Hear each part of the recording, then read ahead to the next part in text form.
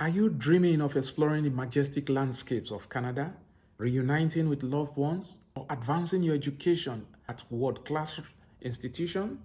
In this video, we will guide you through all the Canadian visa application process and ensure you are well prepared for a successful journey.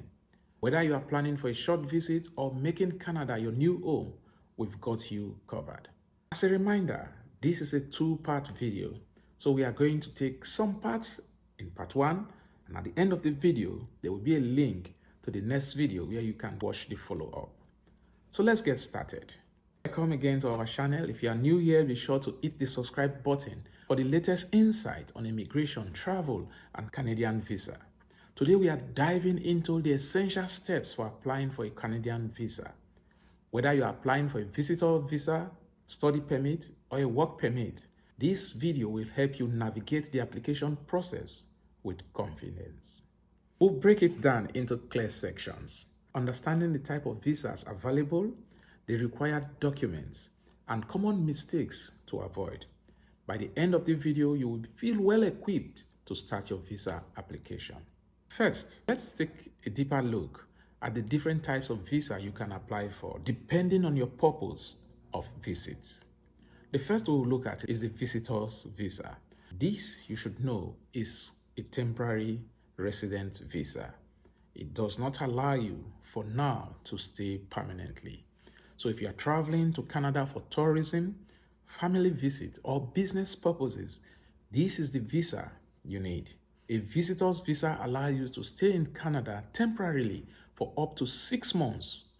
You will need to show you have the financial means to support your family during your stay and prove that you will return to your home country after the visit.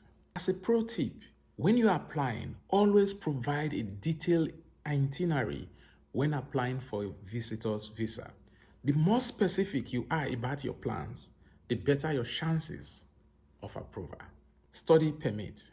If you plan to study at a Canadian Designated Learning Institution or a DLI for more than 6 months, you will need a study permit. This permit allows you to work part-time during your studies and gain valuable work experience in Canada. As a pro tip, when you are applying for Canada's study permit, always ensure that you have a valid letter of acceptance from the DLI, that is the institution, as this is one of the most important documents in your application. The next visa type we will look at is the work permit. If you've already secured a job offer in Canada, that is not enough. You will still need a work permit. The work permit allows you to work in Canada for a specific employer and a specific duration. You may need what they call the Labor Market Impact Assessment, or LMIA, from your employer unless the job is exempt. Take note of this. The process for a work permit can be more complex if you are applying from outside Canada. Be sure to check the specific requirement for your situation. Regardless of your visa types that you are applying for, there are also few essential requirements that all applicants must meet.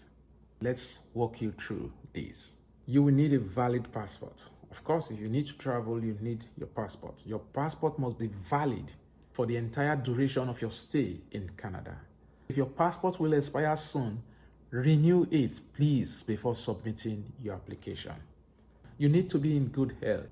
Some visa applicants may need to undergo medical exams to prove that they are in good health. This is generally required for those applying for long stay, such as a study or work permit. The government has approved medical panel physicians around the world. Make sure you use one of their services to avoid complication in your application processes. You can get the list of the physician in the Government of Canada's website, which is canada.ca. The list of physicians for your country are there. They might have more than one locations that you can do. Ensure that you apply for these medical tests in advance of your application.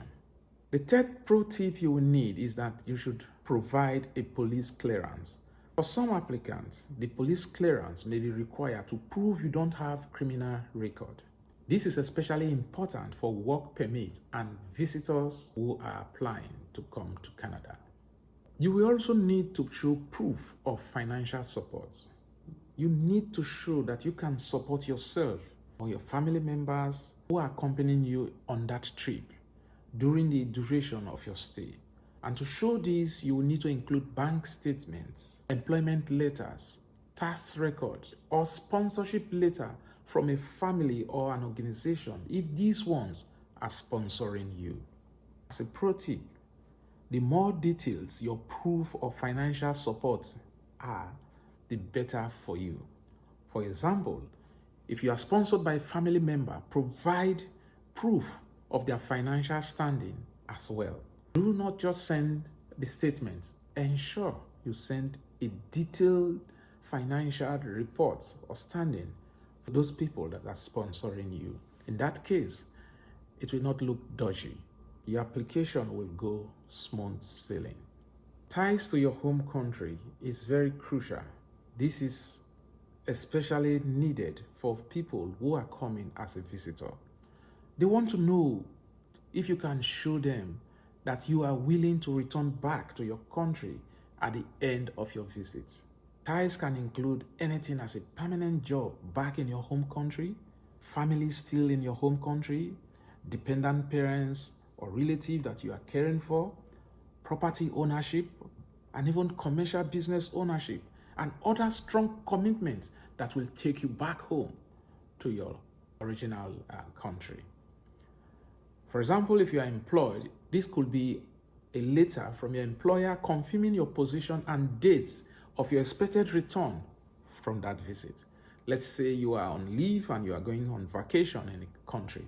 So you need this document to show proof that you have ties to your home country.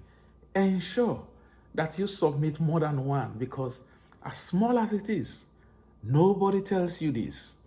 It is only when you are rejected, the visa officers give you a letter stating that you did not include proof of ties to your home country. This is very, very crucial. We've covered a lot today, from understanding the different types of visas that you can apply for and what you need to do to submit a very good application. Remember, applying for a Canadian visa can seem overwhelming, but with proper planning and attention to detail, it can be a smooth sailing process. Stay tuned for the next video, where we are going to discuss the common mistakes, the documents that you need to submit, the processing time, and how you can track your application and ensuring that your visa is approved. If you found value so far, give this video a thumbs up, share it with others, and don't forget to subscribe to our channel for more valuable content. If you have any questions based on what we've discussed, or you need more clarification, leave the question in the comment section.